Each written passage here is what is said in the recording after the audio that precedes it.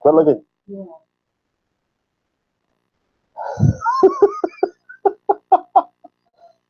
Okay, let's get serious.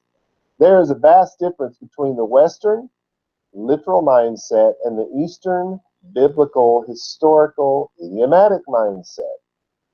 To tell you the truth, most Yehudim, that's Jews, that's what that means, most Jews had trouble understanding the idiomatic teachings of the Torah, the Nevi'im, and the Rabbim.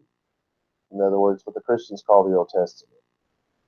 During the biblical period, most Jews had problems with this.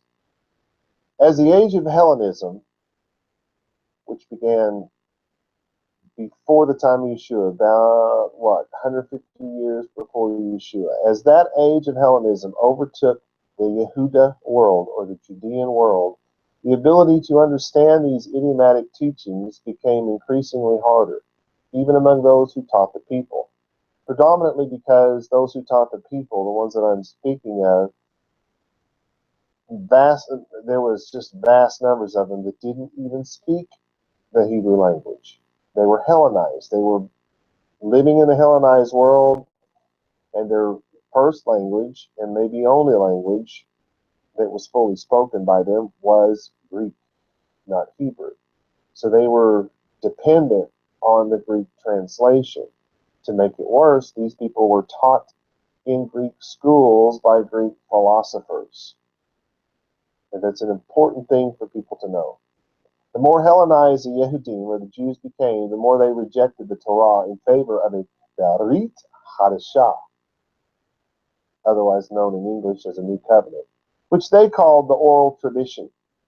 I say that, I call that the oral tradition, the Mishnah, the New Covenant, because for the same reason that the Jews hate Christians calling the Tanakh the Old Testament or the Old Covenant, because it implies that something new took the place of something old. That's exactly what the oral tradition did. The oral tradition took place of the written tradition. You follow? So it's the very first New Testament belonged to the Jews, not the Christians. So anyway, as they became more Hellenized, this oral tradition began to take over, and it was rooted in Hellenism and not Judaism. The oral tradition began as a way to help the Yehudim, or the Jews, not to break the commandments of Torah. But it quickly became a way to release the Yehudim, or the Jews, from their obligation to live according to the Torah. So you follow, it was, okay, you're not supposed to, let's just make something up. You're not supposed to kick a cow while it's asleep. So what do you say? You make an oral law, never touch a cow. Thinking that if you never touch a cow, you couldn't possibly ever kick one. Right? So the oral tradition then becomes more important than the written itself. The problem is, if, for instance, you're not allowed to touch a fruit tree, what happens when the fruit falls off the tree, rolls down a hill? See, I did not touch the tree. You eat the fruit that is forbidden, because the law says don't eat the fruit, but your new law, your new covenant says don't touch the tree.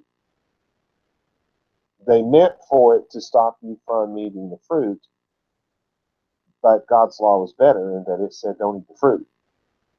And it covers all of the issues that could possibly happen. But when you take God's law out of it and put man's law in, man's law is flawed. Man is flawed. He can't think of a better law than God's. It is utterly, just unbelievably beyond arrogant for any man to think that a man could write a better law than the law given by God. Because you remember, the Torah, the law of God, was written in God's handwriting. God wrote it. Yeah, Moshe broke it, but it didn't shatter into a billion pieces. Stone doesn't do that. Stone that you can chisel laws into doesn't do that. So Moshe rewrote it, yes, but it was the same law that God had originally written. So God wrote the law with his own handwriting, and man believed that he could do better. It's just arrogance beyond belief.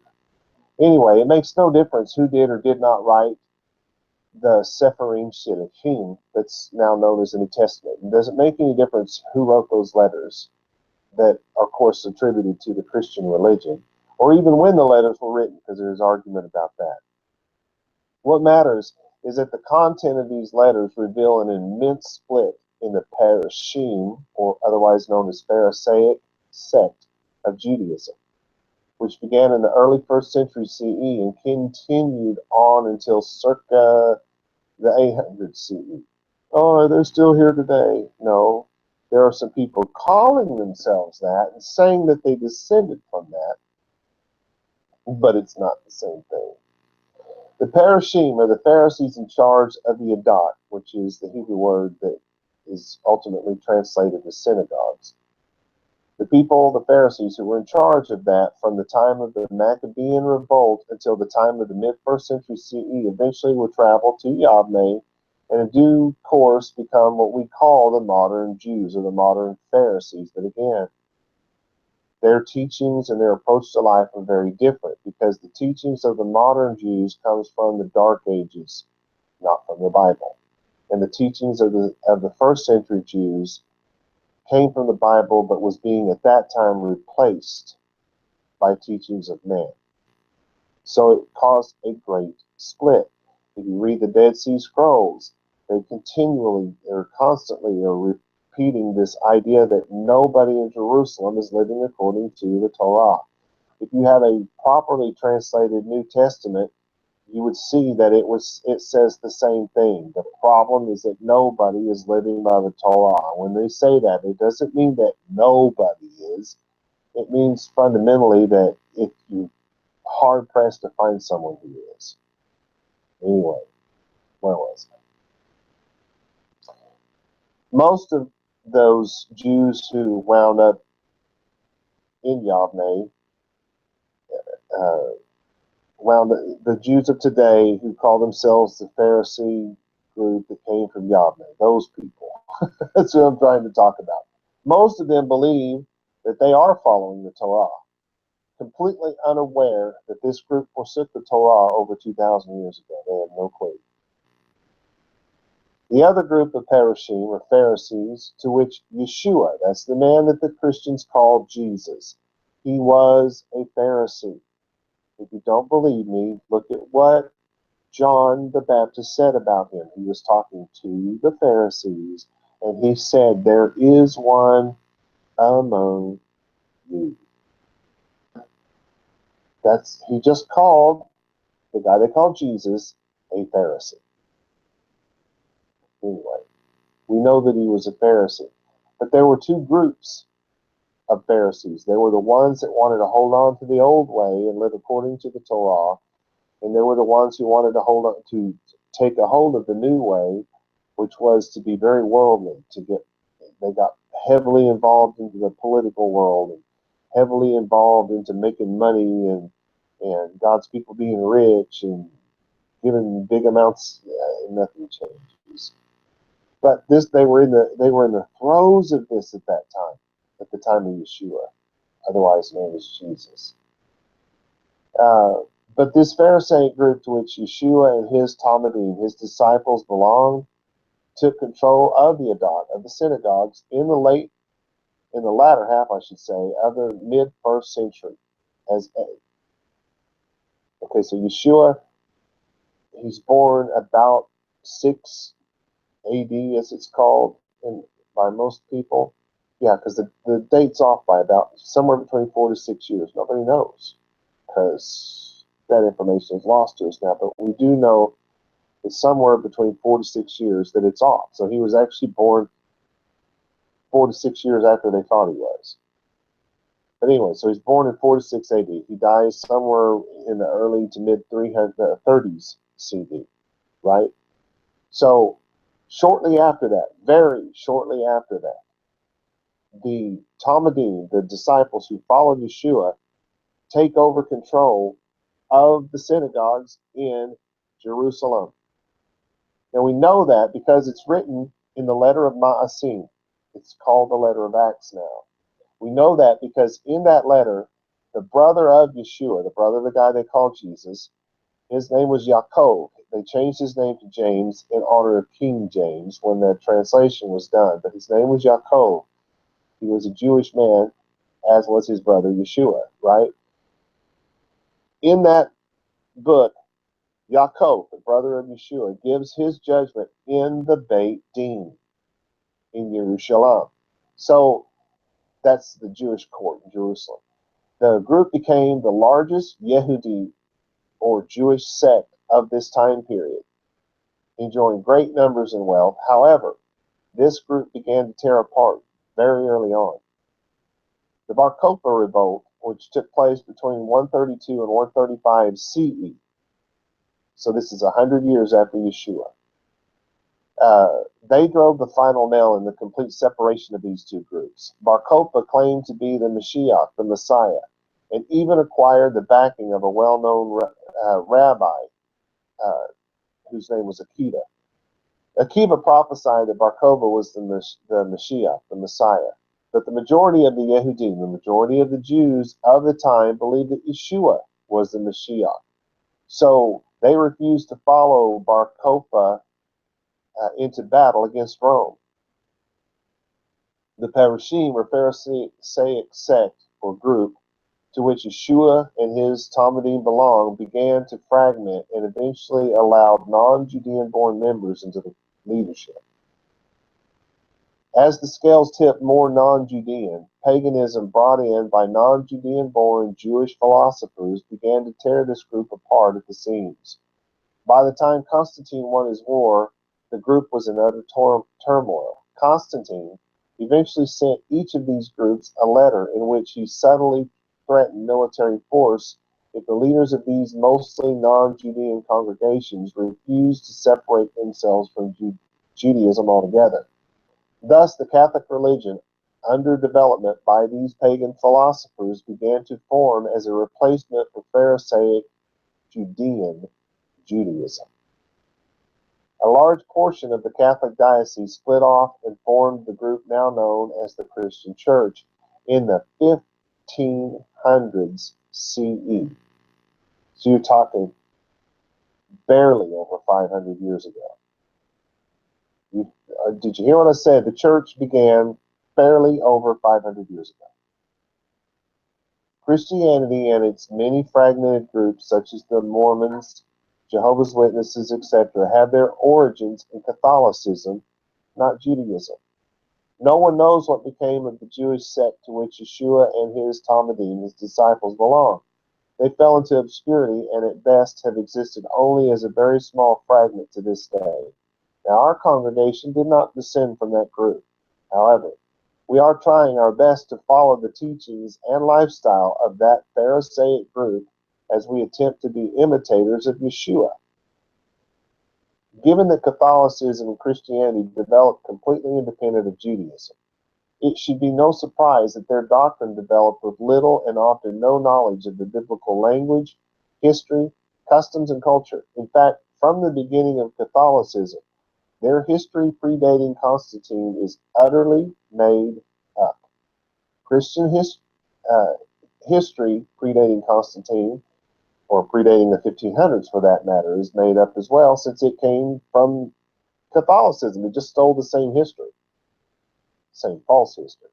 Since the Western world did not understand the idiomatic, parabolic nature of the biblical text, the doctrine of the church took on a very literal interpretation of all things biblical.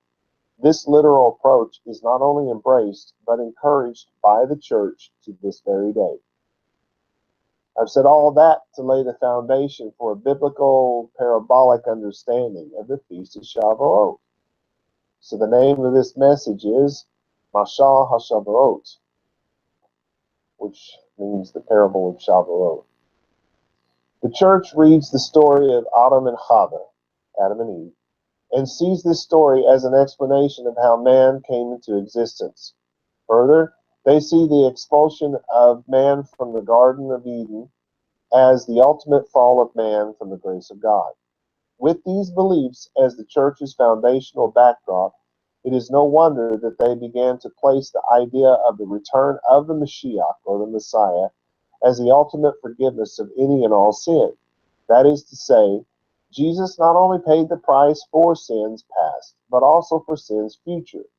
Jesus' death wipes away the need to live according to the Torah, since he did that in our place, thus freeing Christian converts to say an 8-second prayer as long as they believe what they're saying, and salvation is assured to even the most vile of humans.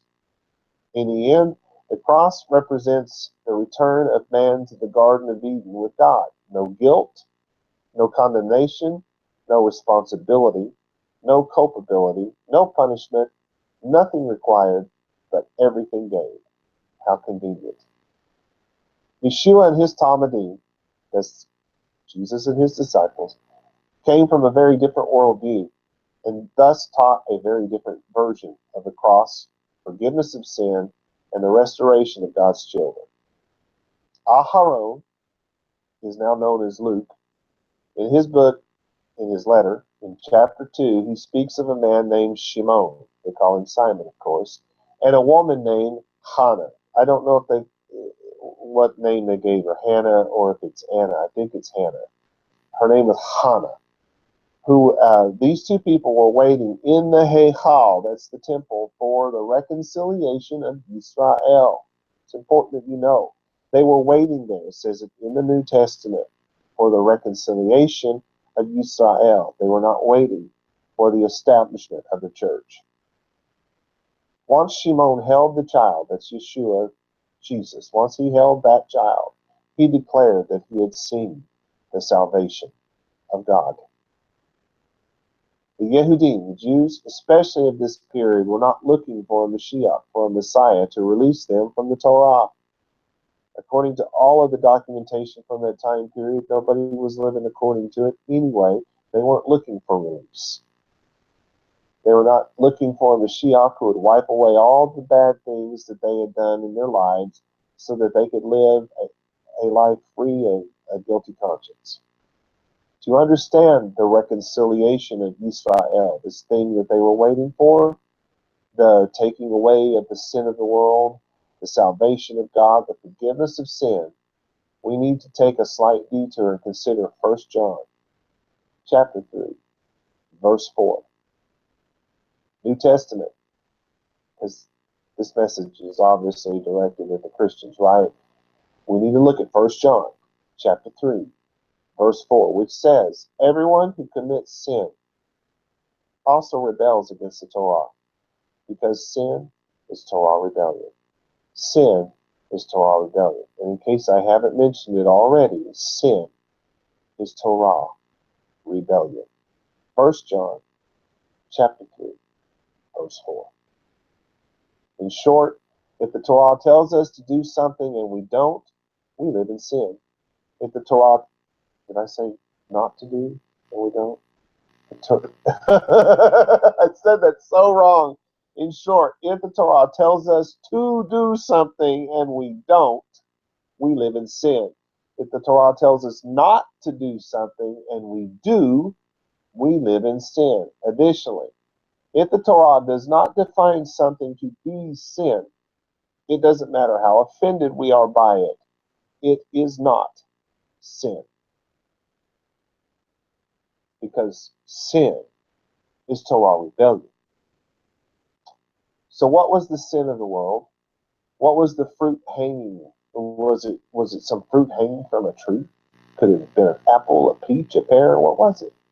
Did Yeshua, or Jesus' death, wither that tree in the Garden of Eden?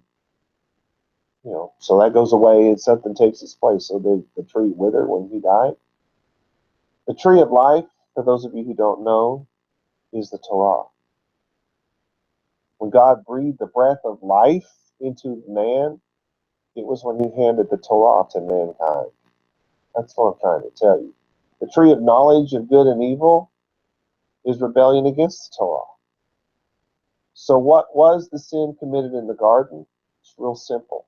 The sin was the mixing of the holy with the unholy. In other words, the tree of knowledge of good and evil is the mixing of Torah observance with non-Torah observance. In the I'm trying to say in the New Covenant. No, let's talk about that Reshit I'm still trying to say the wrong word. Genesis chapter 2, verse 26. God said, let us make mankind. You probably never heard it that way before, but mankind is the word. It should be the word in English. Let us make mankind in our image, after our likeness. And by the way, this isn't a bunch of gods. This isn't the Trinity making man a Trinity. No, this is English translators taking a little bit of liberty here. The words in Hebrew are written in plural because God is a living God. If he were a dead God like an idol, he would have one attribute. If you carve a happy face on an idol, it's the happy face idol until it gets crushed. And when you turn it upside down, that's not a frowny face idol. It's an upside down happy face idol. It only has one attribute. It's just the one. So you talk about dead gods in singular, and you talk about alive gods in plural. There is only one God, but he's alive. So in Hebrew, they say Elohim, which in English is gods. And so if it's in plural, it becomes let us make man. Why? Because man will be created like God. He will be multifaceted. He will experience rage, anger, happiness, sadness, all of these things. We are multifaceted. We have all of these different capabilities, abilities, personality traits. All of that happened because we are alive like God. We were created in his image. Anyway, in Bereshit, or Genesis 2:8, God placed mankind, not a man, but mankind in the garden. In 2:9, God placed the Torah, the tree of life, and choice, the tree of knowledge of good and evil. That's the choice. He placed that in the same place. In chapter 2, verse 16 and 17, God commands mankind to be Torah observant. How did he do it? He said, you may eat from all of the trees freely.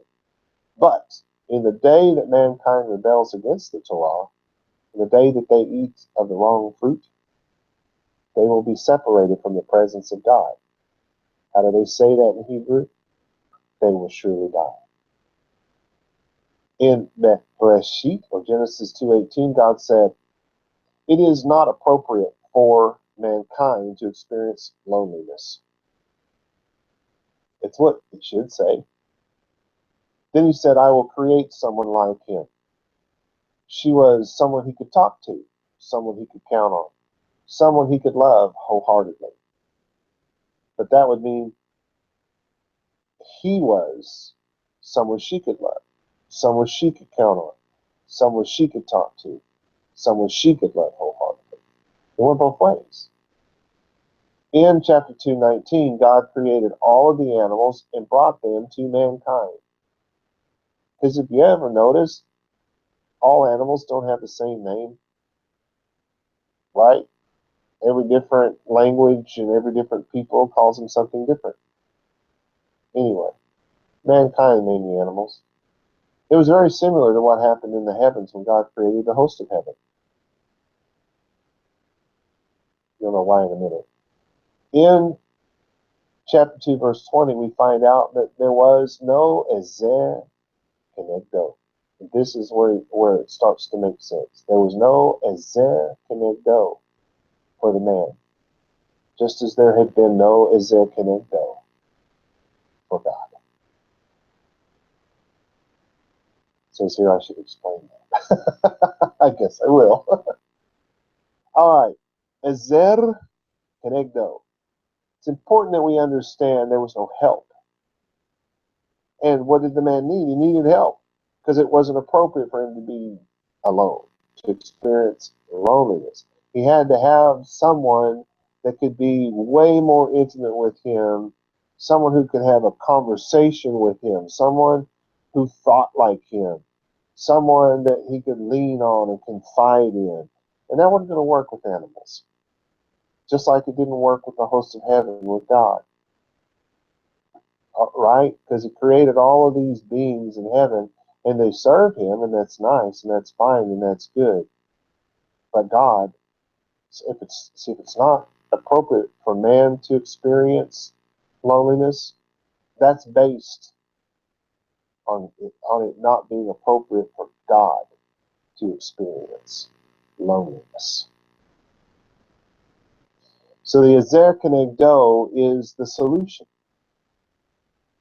And if you look this up, you're probably going to find Ezer and never find Kenegdo. Because it's very important that we understand what this is. The help doesn't mean it's somebody who's your helper. Doesn't mean it's somebody who's your doormat. It doesn't mean it's somebody who serves you hand and foot and all of that kind of. Now, Ezer can mean that. But when it's connected to Kenegdo, like it is here, impossible. Because Kenegdo means that the help that you receive is the solution to the one thing you should never experience. And the only way that can happen is if it's Kenegdo, which means it's equal in emotion, in thought, in experience, and even in ability. It's someone who is equal to you in every way. Thus, in 2:22, God separated the feminine from the masculine, so that she will be exactly like him in every way except gender. Man cannot be like God.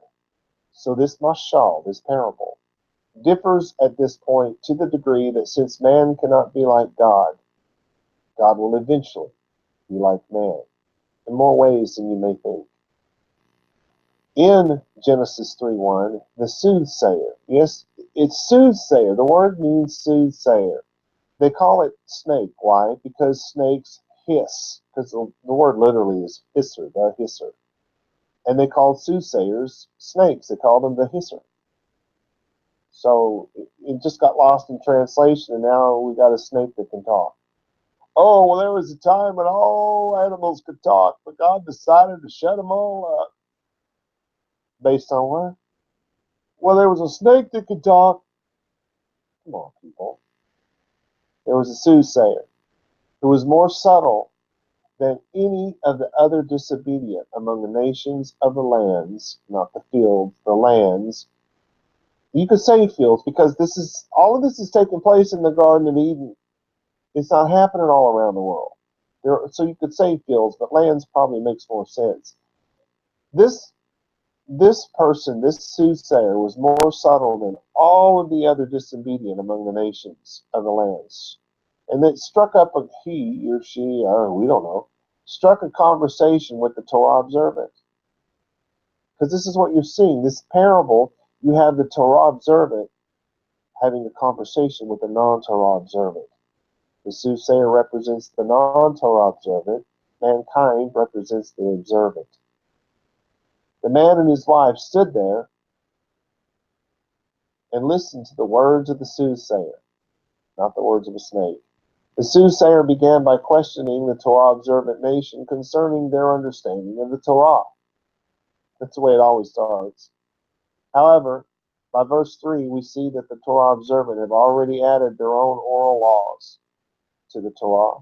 In it, God said, "Do not eat," so the Torah observant added, "Do not touch," thinking that if they did not touch, they couldn't possibly eat. But we see how that can fall apart, right? So the soothsayer then goes on and says, "You can't possibly believe all that stuff, can you?